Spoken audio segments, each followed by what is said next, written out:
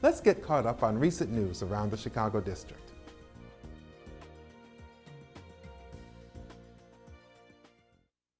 "50 years ago, Elvis Presley was about to enter the Army, the Post Office Department was supported by tax dollars, and Jefferson Lee started working here as an auto body repairman.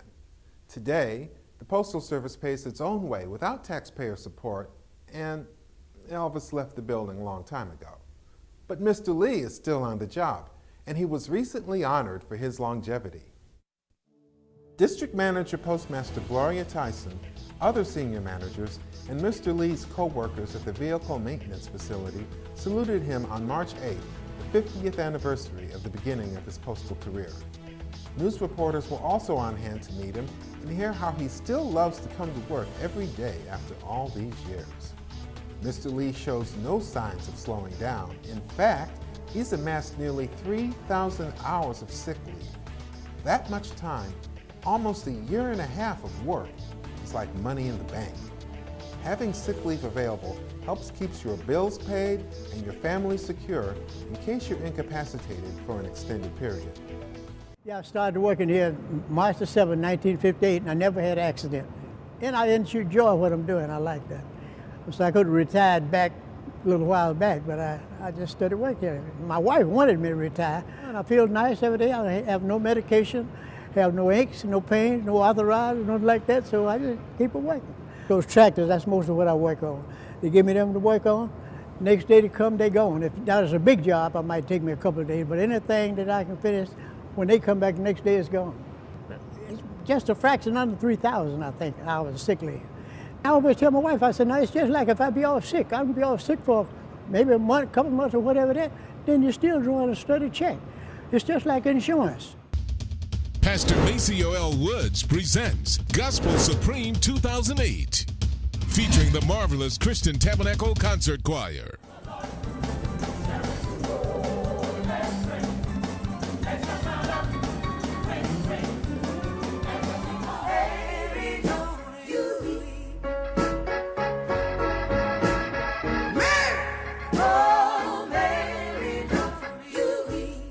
You don't want to miss this history-making event, Monday, September 22nd, 8 p.m. sharp, at the Christ Universal Temple, 119th and Ashland Avenue in Chicago, Illinois.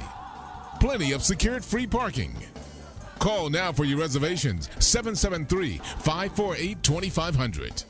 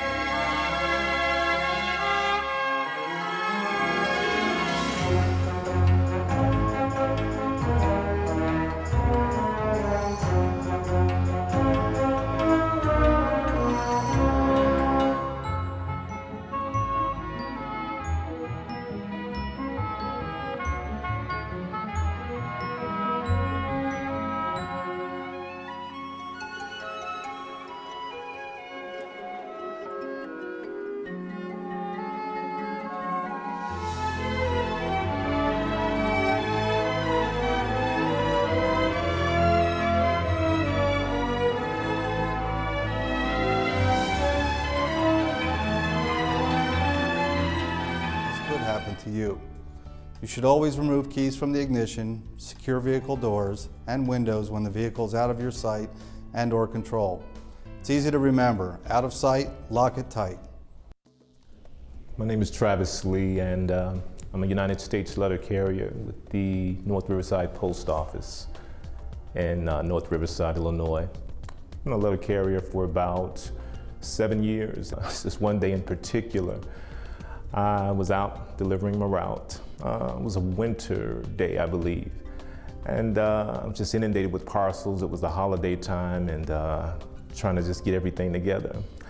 And I remember being in the middle of delivering one of my loops when I realized that I had left my vehicle unsecure.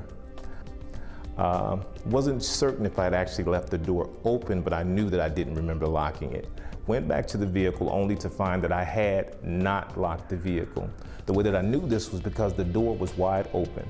When I attempted to secure the door, a postal inspector immediately stepped out, identified herself, and we went in, to discussing the importance of making certain that the vehicle is secure and that sort of thing. But man, it was just really something to know, or even to think about what could have happened had there not been a postal inspector who had actually found the vehicle unsecured. And I can honestly assure you that that particular day will be one that I won't anytime soon forget.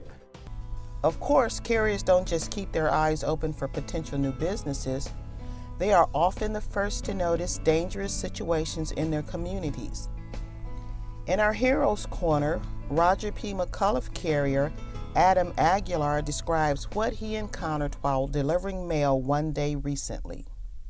A couple weeks ago, while I was delivering packages on my route, I rang the doorbell and no one was home, so I opened up the storm door to drop the package. I noticed there was a large amount of gas coming through the door, so I proceeded to ring the doorbell a few more times and no one still came out. So then I notified a neighbor who was outside shoveling. I let them know that there was a large amount of gas, and they told me that they were going to call the fire department, so that's what they did. And then when I checked on the residents later on during the day, the fire department had showed up, the police department showed up, the gas department showed up also, and they noticed that that was a leaky valve with an old furnace, so they were able to replace that, and they were just all grateful that no one was hurt that day, and so was I.